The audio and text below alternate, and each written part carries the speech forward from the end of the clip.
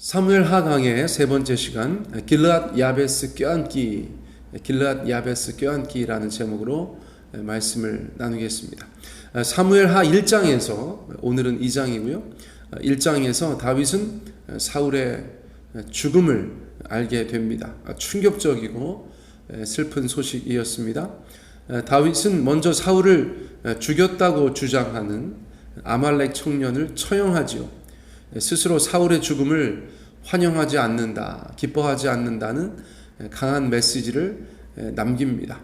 또 사울과 요나단을 위한 애가 조가를 지어 불렀죠. 구구절절히 사울과 요나단을 애도하고 또 그들의 살아생전의 여러 가지 일들을 칭송하는 내용이었어요. 이제 이 애가가 울려 퍼지는 곳마다 다윗이 사울과 요나단의 죽음에 대해서 얼마나 애통했는지도 함께 전파될 것입니다. 그런데 다윗의 이러한 언행에 대해서 오로지 정치적으로만 이해하는 경우도 있습니다. 쉽게 말하면 정치 구단이라는 것이죠. 이미지 메이킹을 아주 잘했다, 그렇게만 보는 경향이 있다는 것입니다. 하지만 저는 다윗은 정치가로서 성공한 사람이었으나, 물론 그랬으나 동시에 하나님의 마음에 합한 사람이었다는 것을 기억할 필요가 있다고 생각합니다. 어떤 사람의 언행에 대해서 그 동기가 한 가지다, 예를 들어서 다윗의 경우에 이미지 메이킹을 하려고 했다, 그렇게만 생각하는 것은 섣부르다는 것이죠.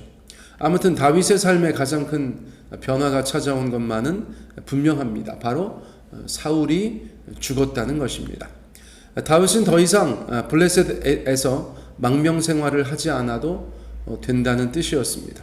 너무 분명한 일이었지만 다윗은 자기 마음대로 행동하지는 않았습니다. 그는 온전히 하나님을 의뢰합니다. 1절 말씀 보실까요? 그 후에 다윗이 여호와께 여쭈어 아뢰되 내가 유다 한 성읍으로 올라가리이까? 여호와께서 이르시되 올라가라. 다윗이 아뢰되 어디로 가리이까? 이르시되 헤브론으로 갈지니라. 그 후에라고 1절이 시작합니다. 어느 정도 시간이 지났음을 뜻하는 성경의 관용구예요.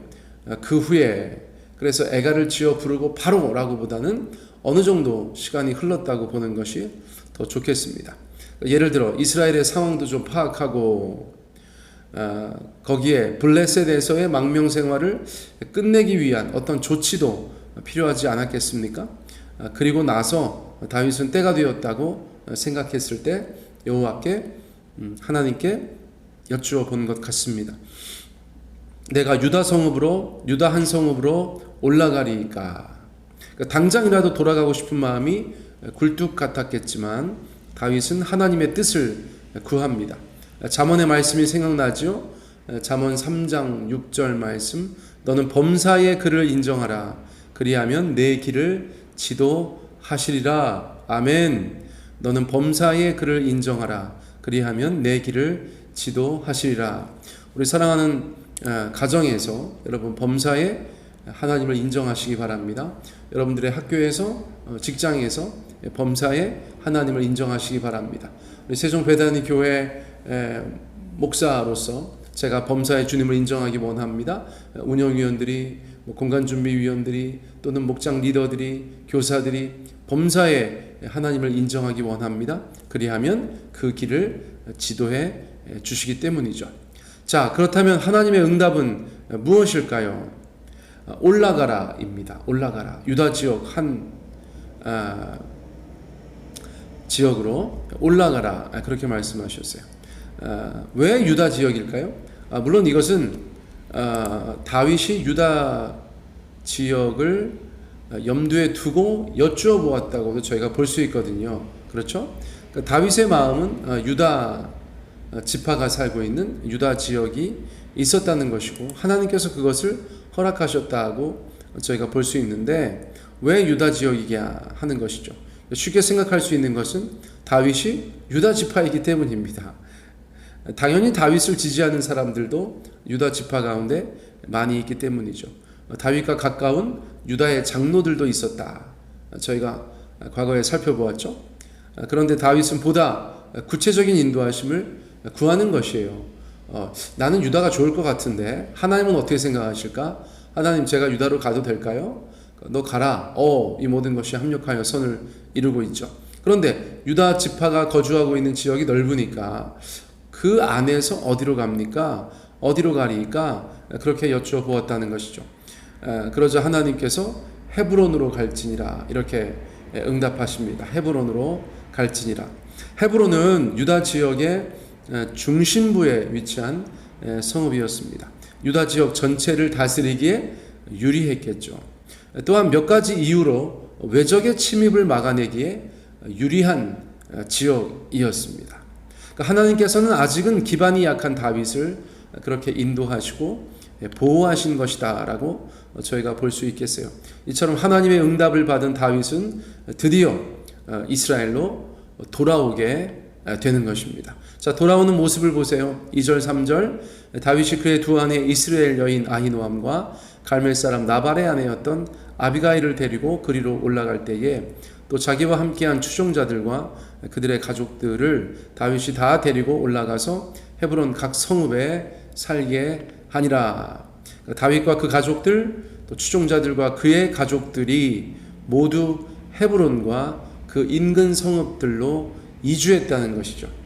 다윗 공동체 입장에서는 참으로 기쁘고 감사한 일이 아닐 수 없습니다. 도망자 생활, 그 지긋지긋했던 도망자 생활, 은둔자 생활, 망명자 생활이 끝이 난 것입니다. 다들 노래 부르면서 돌아왔겠죠. 할렐루야 하면서 유다 지역에 다시 이주했겠죠. 물론 유다와 헤브론 지역의 사람들에게도 이것이 작은 일이 아니었을 것이 분명합니다.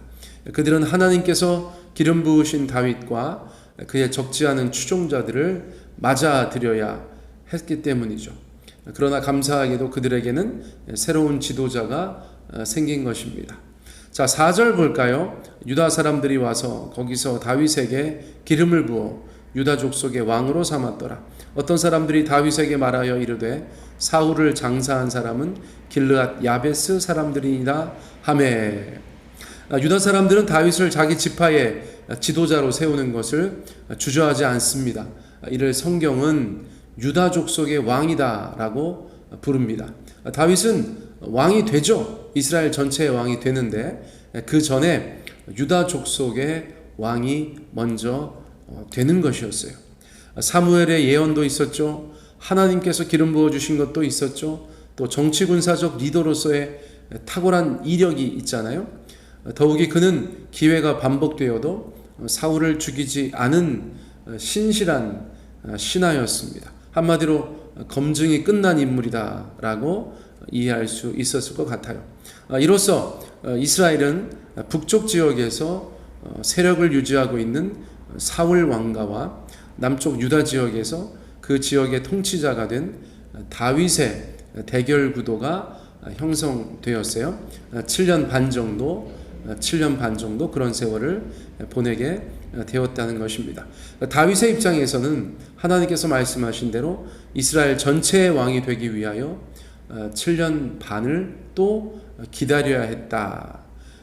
7년 반 동안 또 다른 면에서 준비되어져야 했다.